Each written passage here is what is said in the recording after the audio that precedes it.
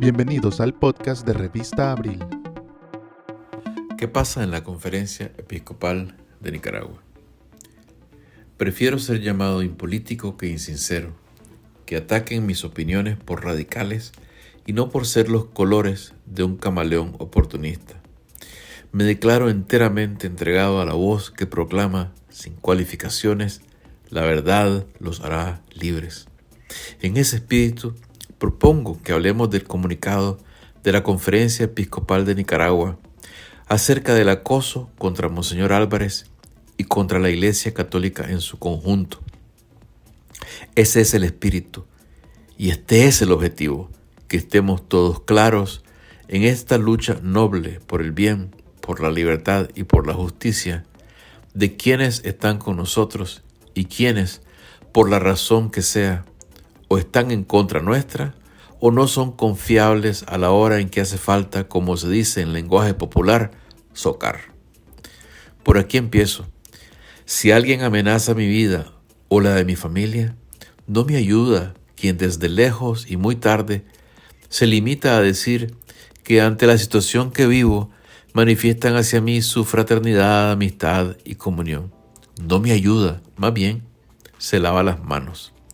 Mi verdadero amigo ataca a mi atacante si puede, y si no, lanza al mundo la señal de alarma, en términos que el mundo entienda que se trata de una emergencia. Mi verdadero amigo pedirá la intervención de quienes sabe pueden ayudar e incitará a otros a hacer lo mismo. Un desierto en silencio. Por eso es con un pesar que acongoja, con una indignación que se acumula, que uno tiene que poner el dedo en la llaga de la iglesia herida que es la Católica de Nicaragua. Porque ante un acoso que va pareciéndose a una guerra de destrucción y pillaje, que ya tiene curas presos, obispos exilados, multitud de propiedades de la diócesis a cargo de Monseñor Álvarez expropiadas, con el propio Monseñor prácticamente encarcelado, impedido de cumplir su trabajo sacerdotal, con feligreses muertos y secuestrados por defender a la iglesia, con una prohibición del régimen a las compañías de buses de transportar católicos a actos religiosos, con todos estos atropellos y muchos otros, el cuerpo colegiado que se supone guíe a la institución en Nicaragua atraviesa el desierto en silencio, sin cumplir el mandato profético y articular un mensaje que con claridad defienda el derecho de Monseñor Álvarez, sus sacerdotes y feligreses, a su libertad de expresión y movilización, a su integridad física, a su libertad de conciencia, a la libertad de la iglesia misma de existir sin doblar la cerviz ante una dictadura genocida que avanza en dirección al totalitarismo. De hecho, el esfuerzo más evidente en el texto del pronunciamiento de la Conferencia Episcopal no consiste en decir, sino en no decir. Buscan la expresión más blanda para cumplir el protocolo, porque no les queda más remedio que referirse al tema, y lo hacen con notoria renuencia y atraso. ¿Está enfermo o sufrió un accidente Monseñor Álvarez? Si alguien fuera de Nicaragua leyera el comunicado para informarse, bien podría pensar que Monseñor Álvarez ha sufrido una enfermedad o un accidente de carro y no la persecución de un régimen. Dicen, ante la situación que vive nuestro hermano en el episcopado, Monseñor Rolando José Álvarez Lagos, queremos expresar nuestra fraternidad, amistad y comunión espiritual con él, ya que esta situación nos toca el corazón como obispos e iglesia nicaragüense. Y ahí termina la referencia. No la condena, ni el reclamo, ni el apoyo a los derechos conculcados a Monseñor, a una situación que no describen. Lo que viene después, tras ese fugaz y sudoroso momento, ese evidente trago amargo de aceptar que algo pasa a Monseñor Álvarez y que ellos como obispos están en amistad y comunión espiritual con él, es una declaratoria que se escuda con similar cobardía detrás de palabras del expapa Benedicto VI, que transmite a la dictadura el mensaje de claudicación y vergüenza que ya envió el cardenal Brenes al régimen cuando les dijo en público, plañideramente: nosotros no somos enemigos del gobierno. La frase, extraída fuera de contexto por la conferencia episcopal para decir lo mismo que dijo el cardenal, es francamente más terrible todavía. La iglesia está, dicen, dispuesta a la colaboración. Es verdad, no fueron ellos quienes escribieron ni la frase ni el párrafo, pero ellos la escogieron y tienen que asumir, o tiene uno que asumir, que habiendo dicho tan poco, habiéndose tomado tanto tiempo para hacerlo y habiendo guardado tan estricto silencio, las palabras que han escogido son las que cuidadosamente expresan su intención. Todo esto es triste y es muy vergonzoso, sobre todo cuando uno lee el lenguaje de los obispos reunidos en el Consejo Episcopal Latinoamericano, quienes, en lugar de insinuar que hay una situación, denuncian que gran parte del pueblo de Nicaragua y la iglesia que peregrina en esa querida tierra, dicen, sufre el constante hostigamiento de parte de las autoridades gubernamentales. Los últimos acontecimientos, continúan, como el asedio a sacerdotes y obispos, la expulsión de miembros de comunidades religiosas, la profanación de templos y el cierre de radios, nos duelen profundamente. Les manifestamos nuestra solidaridad y cercanía. Todo esto es muy triste y vergonzoso, pero debe quedar registrado en la historia de los hechos, porque sin una historia verdadera, clara y honestamente contada, es muy difícil aprender, es muy difícil enmendar el camino. La verdad los hará libres. Juan 8:32. Hay quienes de buena voluntad aconsejan no hablar de estas cosas, porque creen, en mi opinión erradamente, que aunque se trate de hechos, ventilarlos lastima a la Iglesia Católica. Discrepo. Regreso a la verdad los hará libres. Dictum que es de autoridad moral y teológica suprema en el cristianismo.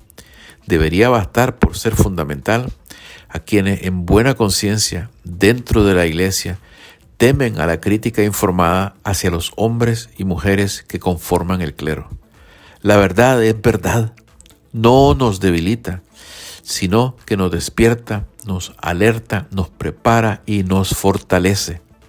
No es fácil buscarla y más aún aceptarla y aceptar sus consecuencias y tratar de vivir bajo su guía.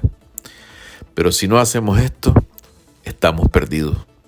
La verdad los hará libres no es una frasecita de cliché para momentos dulces. Si fue dicha, es porque fue preciso enseñarla, porque es preciso aprenderla. De tal manera que nadie puede, precisamente por su origen, arguir que se hace daño a la Iglesia cuando se incursiona en el terreno escabroso que es la realidad y se la describe tal y como es. La verdad nos hace libres.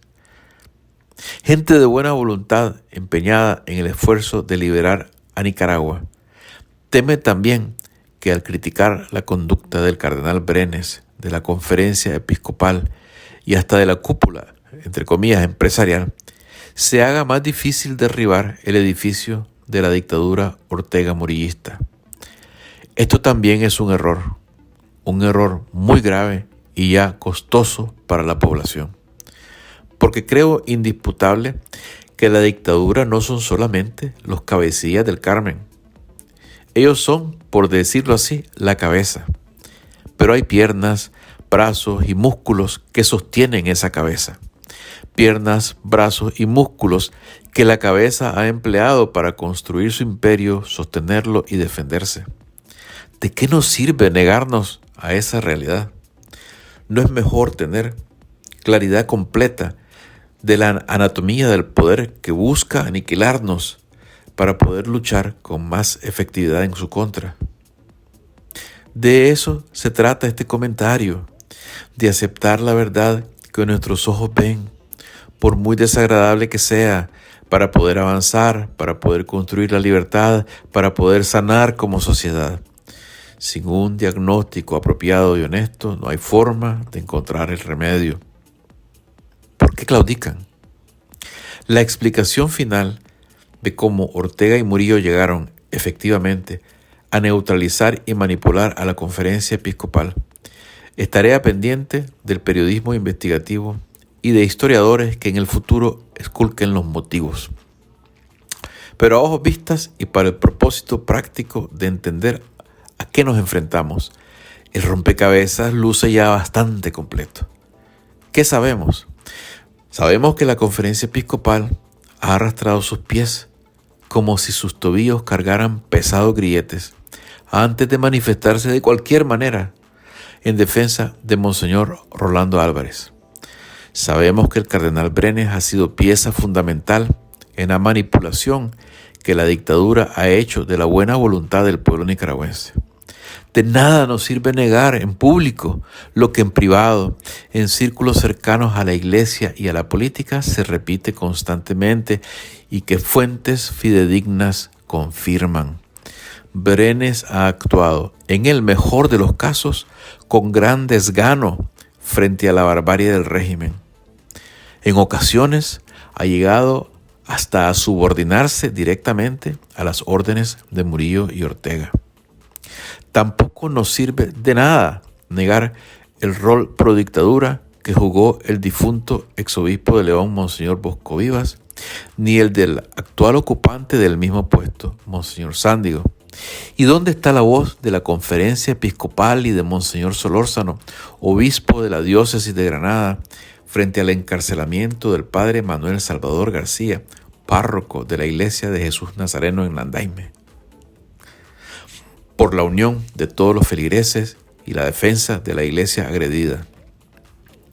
He dedicado con toda intención texto abundante para que queden claros a los fieles católicos que no solo se actúa dentro de derecho, sino dentro de deber, cuando se dice lo que hay que decir acerca del comportamiento del cardenal Brenes y la Conferencia Episcopal, que contrasta deficiente con la rectitud y el compromiso de la mayoría de los sacerdotes y el ejemplo de una minoría muy pequeña de obispos.